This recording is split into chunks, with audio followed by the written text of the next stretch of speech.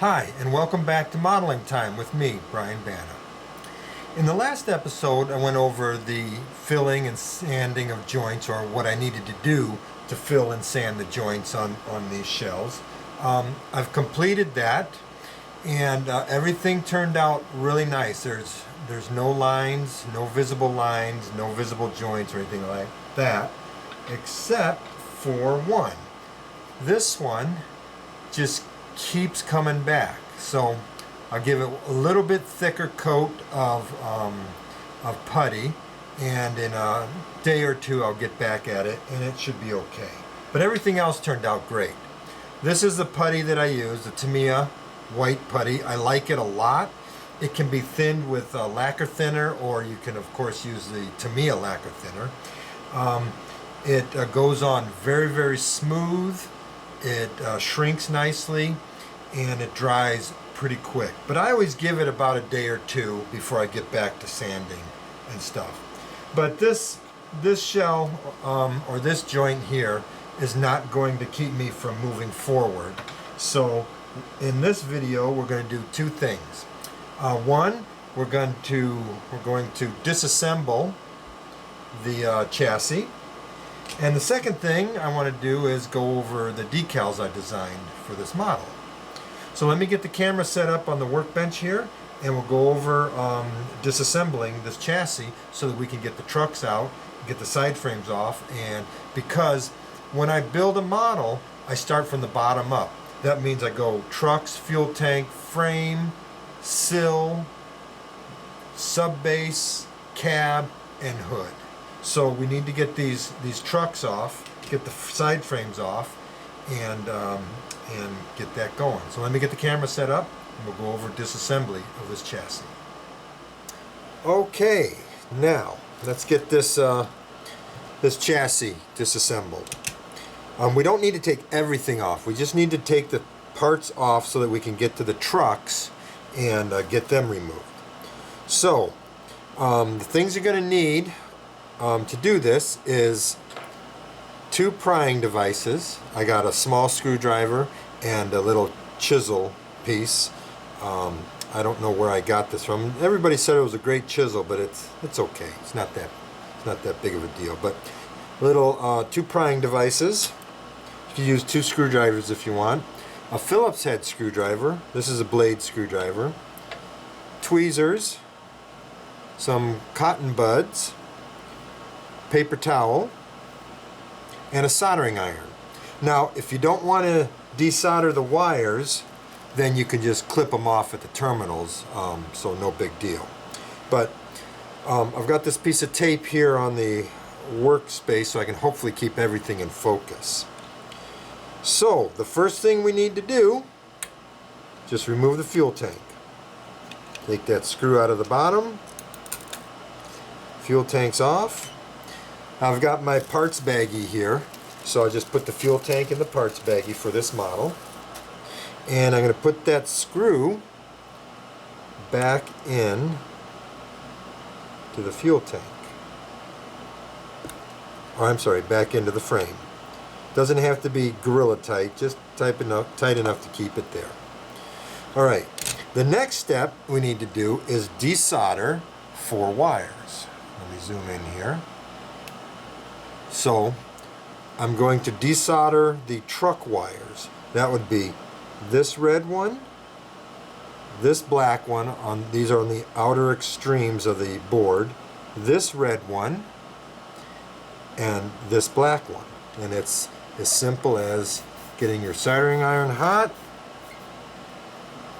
getting the wires out of the way, put the soldering iron on the blob of solder, melt it down, and pull off the wire. Do the same thing for the front one. Some red wire out of the way. There we go. There's that. Turn it around.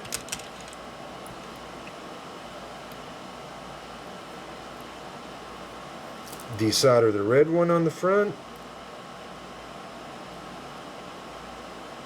Like that. And desolder the, oh, that one's already done. Desolder the red one on the back. Oh, let me get back in there. There we go.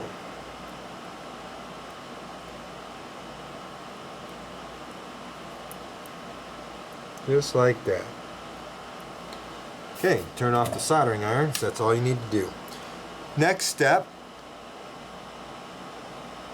pull this back a little bit, is to just get the wires out. Let's do the back first. Got to take this cover off. So use a chisel tool. You just got to pry it up. These are press fit into the weight.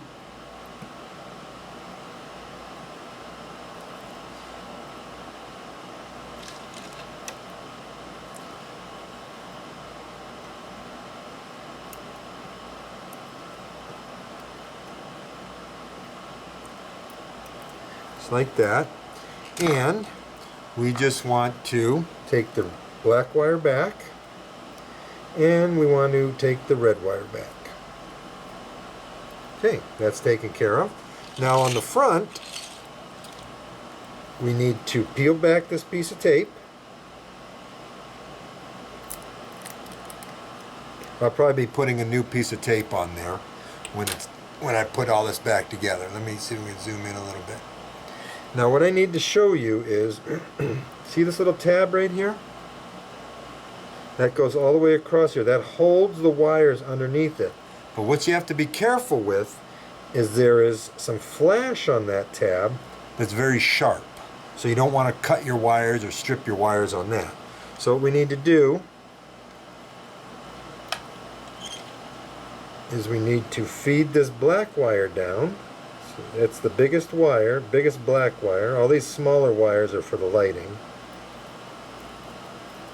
I'm going to feed that down. And we're going to get the biggest red wire, because all the small red wires are for lighting also.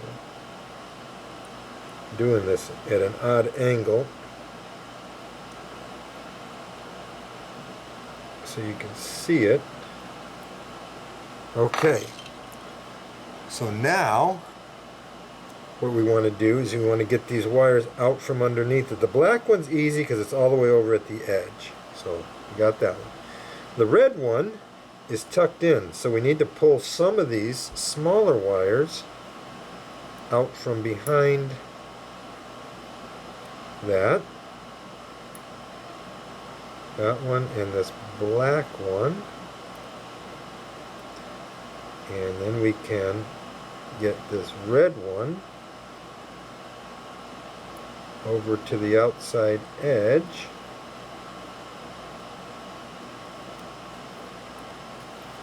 And try to get it out without cutting the insulation on the flash.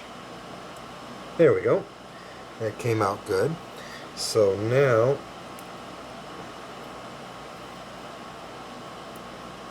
there's the red wire and there's the black wire. So now we'll put these other wires back underneath. There's two wires that sit above it. You don't need to put those underneath it. You can't because they don't stretch. So there's the black wire back underneath it. And there's the red wire back underneath it. Okay, now you can put the tape back over just the wire part. Like that. Next thing you want to do is there's a screw here that holds the frame together, and there's a screw back here that holds the frame together. So you just want to take those out.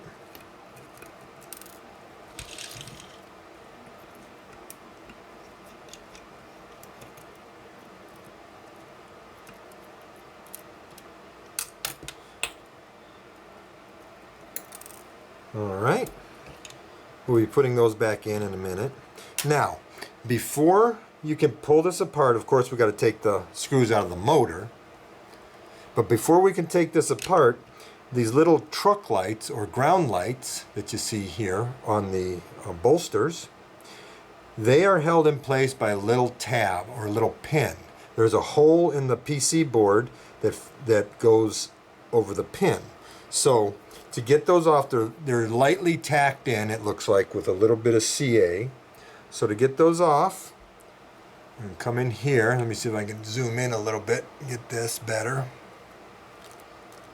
Alright, so I'm going to take a blade and I'm going to push it between the frame and the board, and I'm going to twist the blade and pop those off, just like that. And I'll do the same to the other side. So I don't want this frame to come apart yet. So we're going to take the blade, stick it between the frame and the board, not putting any pressure on the LED. Put it between the frame and the board and just carefully pry it up. You might have to do it from the other side also. And there it is. So that's taken care of. Those, you don't need to desolder them or cut the wires or anything. It's just fine. Now, let me zoom back. Now we can take the motor screws out.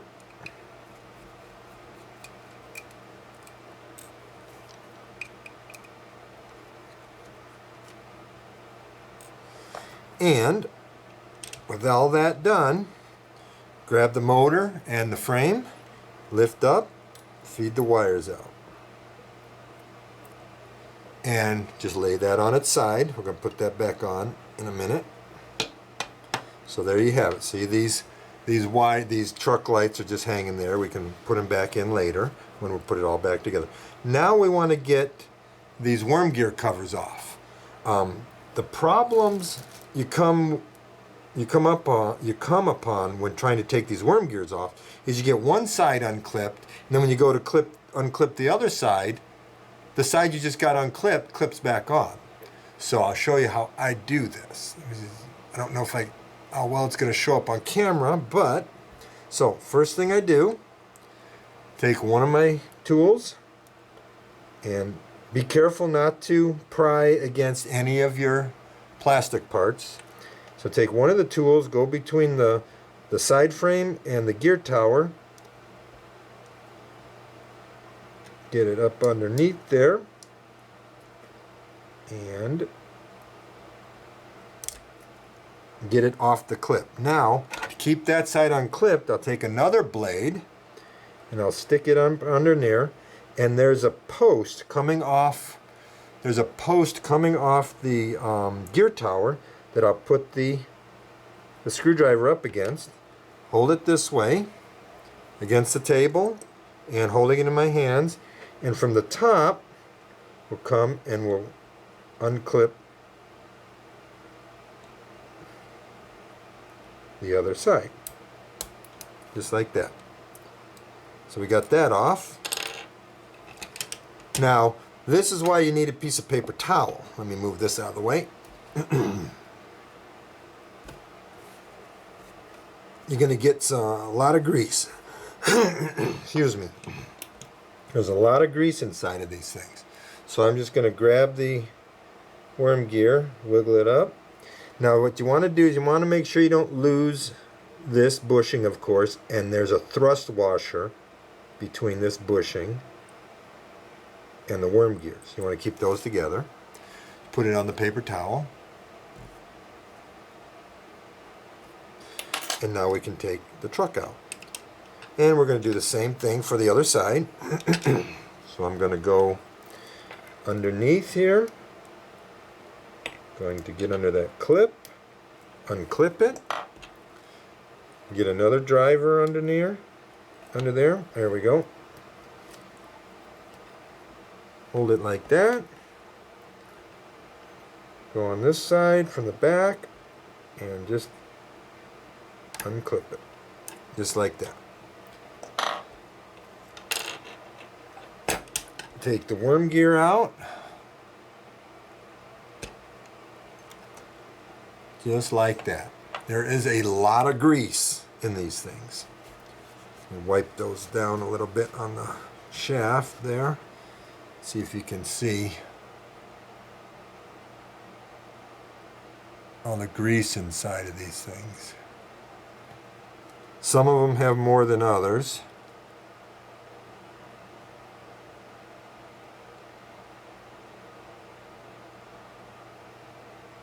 Okay, so now we got the frame apart. Now, before we go any further, I'm going to take this here and we're going to put it back together just as a placeholder. Now, when you put the front on, make sure these ground lights just sit in their little channel here. You don't need to put them back together, just so the frame doesn't squeeze them.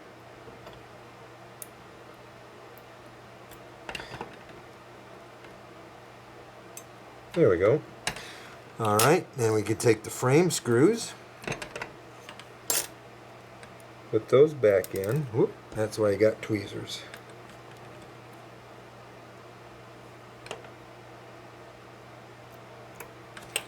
And they don't have to go tight, just a place to keep them where they need to be.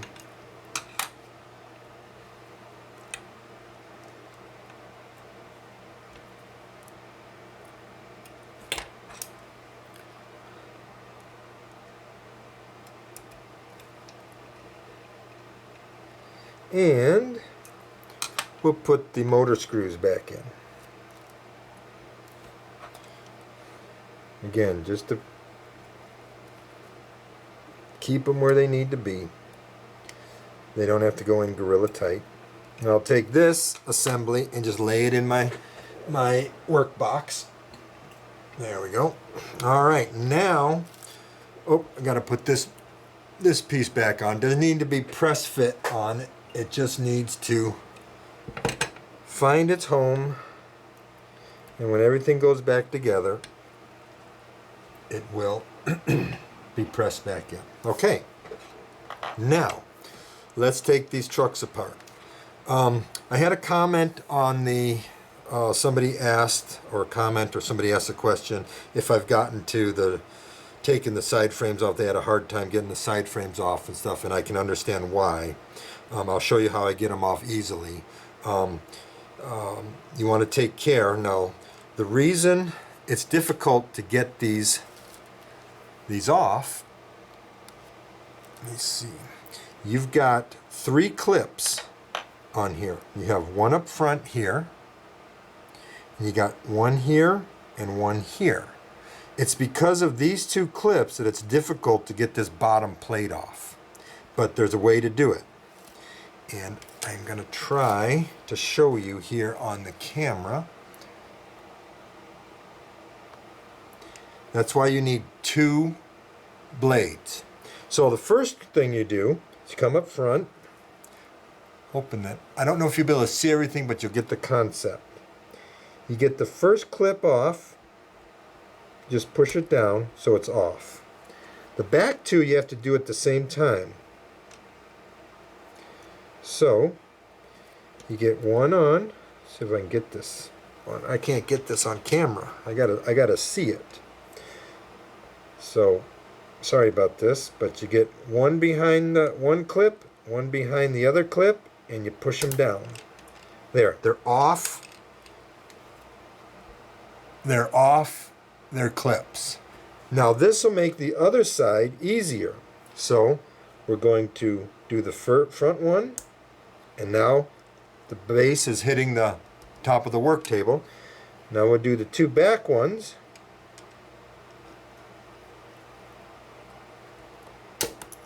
And it's all off. Just like that.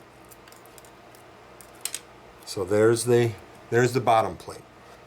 Now the side frames should just wiggle out without any effort. Just like that. I'll put those in my parts bag, plastic parts bag. And I've already gotten 3 of these disassembled, so there's 3 of them. So from this point on, I just pull the wheels out, put them in the cleaning bin. This is an old bread pan, so I'll be putting a mixture of simple green and water in here. Let them soak for a while. Now we'll bring this up here. So this is why you need Q-tips.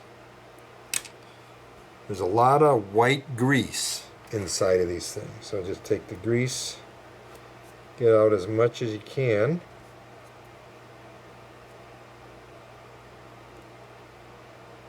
Wait till we open up the gearbox.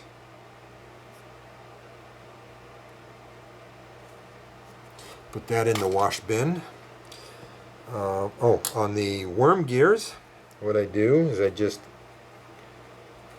put the tip of the Q-tip and spin the worm gear.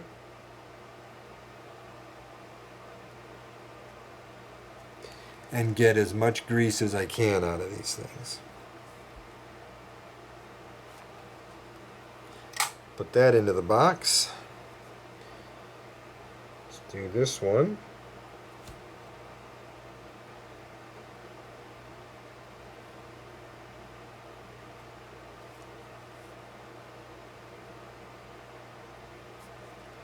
All right. And let's open up. I won't do this truck on camera because it's the same process as doing this truck. So what I like is that they have screws to keep the gear tower together. So take the screws out. Those are going to be full of oil as well, so they'll go into the washing box. And there's some good film of white grease all over the top there. These are really, really oily on the inside.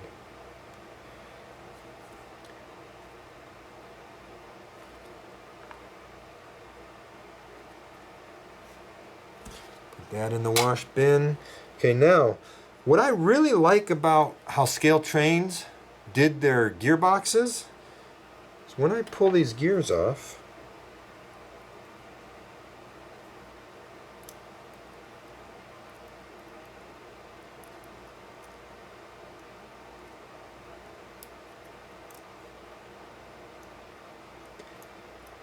they have metal pins embedded into the side frames. I like that a lot. But you can also see how much grease is on everything. So with this stuff, when I'm done here, I'll have to wipe my tools down. Got to get the grease from out from under these. Put those into the wash box. Wipe the gears off.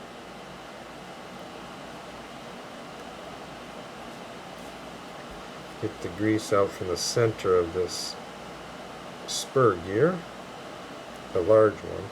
The other thing that's nice is all the gears that are on these pins, these 6 pins, are all the same size. It's just the spur gear that goes to the worm that's larger. So that's not a big deal there. So then we just clean all the goo out of here.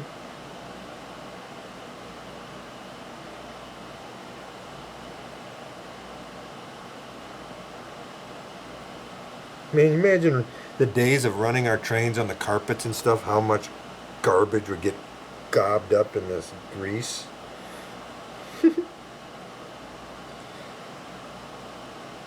Okay. So that takes care of that. I'll go ahead and get this truck done off camera, but as you can see, there's a pile of parts. So this is going to take a while to clean up. It's a very tedious task, but it's one that I think really needs to be done. There's too much grease inside of these things.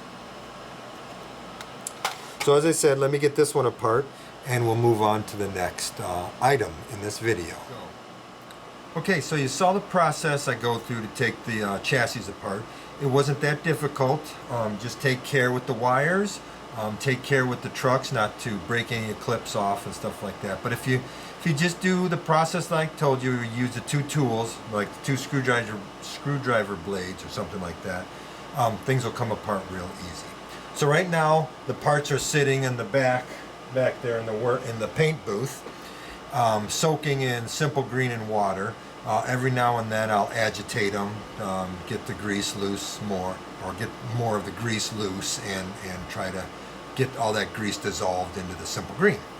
So the next item in this video is the decals.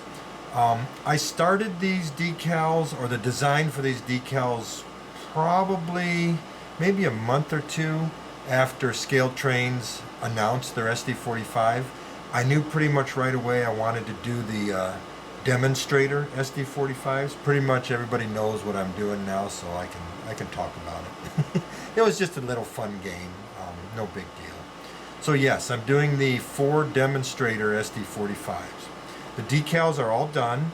I tested them out. I printed them on a just a standard piece of paper, cut them out really close to the edges, and then just kind of fit them over, like the big SD45 that goes along the back here, fitted over the hood just to see where it lines up on the doors. Everything worked out perfect.